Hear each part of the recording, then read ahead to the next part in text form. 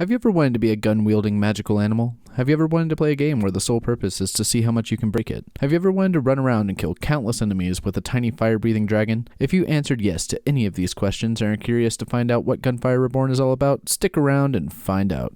Hey guys, hope everyone is having a fantastic day. In just a moment, we're going to be hopping into a review of Gunfire Reborn and the new DLC, Spirit Ancestors, and whether or not it's worth picking up in 2022. Before we get too far into it, remember to hit that like button and subscribe for more reviews and gaming news. I'll tell you up front, if you like shooters or roguelikes, or even just enjoy playing games cooperatively with friends, then this game is definitely worth the money. I've played this game for just over 200 hours, and I've enjoyed every moment. There are some complaints that I have about the game, however the positives vastly outweigh the negatives, and we'll do a deep dive into what those are in just a moment. First, let's talk about what the game is and what you can expect. Gunfire Reborn is a roguelike looter-shooter mashup where you play through runs and attempt to grow in strength to progress through the different stages. Each character has unique abilities that help you along the way. For example, Crown Prince, aka the Cat, has a grenade that creates a pool of corrosion that deals damage to enemies and inflicts the corrosion status effect. He also has an orb that he can cast toward enemies and upon contact will explode, dealing AoE damage and freezing all enemies caught within the radius for a specific amount of time. Each of the characters are interesting in their own way. For instance, Leilu does amazing burst damage from long range with Fatal Current that synergizes really well with sniper rifles. While the characters themselves provide a uniqueness to the game, the thing that's going to change each run is the variety of weapons, scrolls, and ascensions. Each weapon that you find in the game will have inscriptions on them which add additional damage, damage types, reload speed, magazine capacity, or even completely change how the weapon functions. On top of that, occult scrolls, which, if you've played roguelikes before, should be relatively familiar to you, will grant you specific perks to make your character stronger. For instance, the Mystic Mirror scroll will swap between giving you additional damage and making you take less damage. Lastly, ascensions are upgrades that you will receive from completing floors and can also sometimes be dropped at random by elites. These perks will add benefits to your character in various ways by enhancing your abilities. Attempting to create synergy with all of these different elements of the game can lead to some incredibly fun and broken runs. Now, let's talk about the pros and cons. To kick things off, we'll talk about the pros, and to be honest, there's quite a lot to unpack. One of the most important features of the game is going to be the gunplay, as it is a shooter. And while I think there may be some weapons in the game that are a little lacking, like the Cavalry, a 3-round burst rifle that is less impressive than many of the other rifles, I would say overall most of the weapons are really good, and with over 50 weapons available to choose from, there is without a doubt something here for everyone's playstyle. The aiming is responsive and the hitboxes are mostly okay. Some of the enemies can be a little tricky to headshot, like the bandits for instance. In general, the gunplay is definitely one of Gunfire's strengths, and I think that if you enjoy PvE shooters like Borderlands, then you will feel right at home. Another great feature that this game offers is interesting mechanics through their elemental system. There are 4 main types of elements: fire, lightning, corrosion, and explosion. Each element affects things differently, and if you're familiar with Borderlands, then this should be pretty straightforward. Fire affects red health bars more, lightning does more damage to shields or blue health bars, and corrosion does more damage to armor or yellow health bars. On top of doing additional damage to the respective health bars, they also apply a status effect, such as lightning inflicts the status effect shock, which causes the target to take an additional 10% damage for 5 seconds. It is also worth noting that each element has drawbacks when not doing damage to their respective health bars. These elements can also be combined for different effects.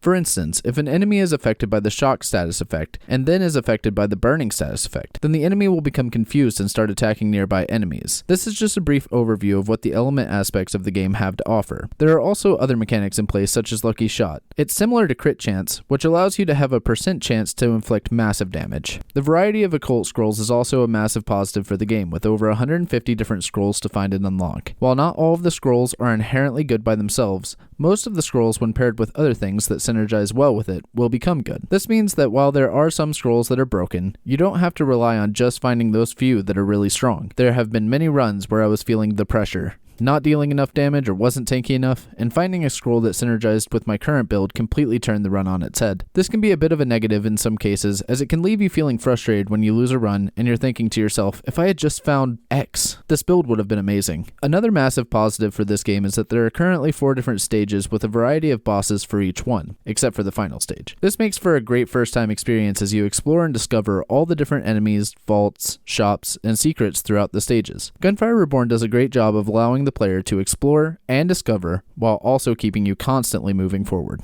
The last of the major positives is going to be all of the different difficulty levels as well as game modes. As you progress through the game, you will unlock new difficulty levels, adding a variety of challenges to the game, like enemy modifiers that make them deal more damage or make them tankier. Some can even cause enemies to clone themselves upon defeat or heal other enemies around them. This paired with the modifiers, these are part of the Spirit Ancestors DLC that you can enable at the start of a run once you reach reincarnation level difficulties, make for endless replayability and without a doubt makes this one of my most favorite roguelikes to date. Now that I've gushed over all the things that Gunfire Reborn does right, let's talk about a few things that I think the game could improve upon. The first of which is going to be some of the enemies, which can seem fairly cheesy and unfair to fight. For instance, the Elite Arsonist can be a run killer at later difficulties, as he is just too tanky and does way too much damage. The Bandits, which I mentioned earlier, can be incredibly frustrating with their janky hitboxes. The AI can be a little unfair at times as well, with some of the enemies obviously being programmed to move when your cursor is on them, making for some really odd dancing moments. The development team has made great improvements in this area, and although I believe there is still work to be done to improve the overall experience with the AI and hitboxes, I trust that they will continue working hard on these aspects, as they have proven throughout the game's history. Furthermore, I mentioned earlier that the incredible variety in the game is a positive point. I think that this can be a double-edged sword, particularly for newer players. The sheer amount of choice and decision-making that this game presents you is going to be overwhelming for some players, especially early on. Though it does take some time to unlock all of the different weapons and scrolls, it can still be a lot to juggle all of the different choices that you'll be making throughout your runs. Unfortunately, there isn't really any way for the developers to improve upon this, as it is a core aspect of the game. That being said, if you just stick with it and overcome that learning curve, I think that you will find it's definitely worth the effort. Now finally, I want to talk about the DLC Spirit Ancestors. I do believe that this is going to be overall a net negative for most players, as the game has a pretty hefty price tag for an indie game at $19.99 USD and an additional $7.99 for the DLC. Spirit Ancestors does add a fair amount to the game with 2 characters, run modifiers, as well as some new guns. However, I think that it is definitely something that you should wait to purchase until you play the game a bit to find out if it's something that you're going to stick with or not, as most of these things will require you to unlock them while playing through the game.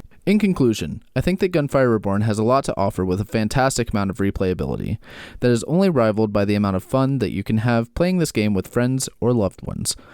Though there are some things that could definitely be improved upon, I think that ultimately Gunfire Reborn is well worth its price tag. If you enjoy FPS games, roguelikes, or looter shooters, I think that there will be something here that you will enjoy. If you enjoyed this video or found it helpful, please hit that like button and share it with a friend. See if they might be interested in kicking some ass with you. It goes a long way in helping out the channel. Subscribing will also notify you when I put out other reviews and gaming news, so definitely consider doing that as well. For now, that's going to be all for this one.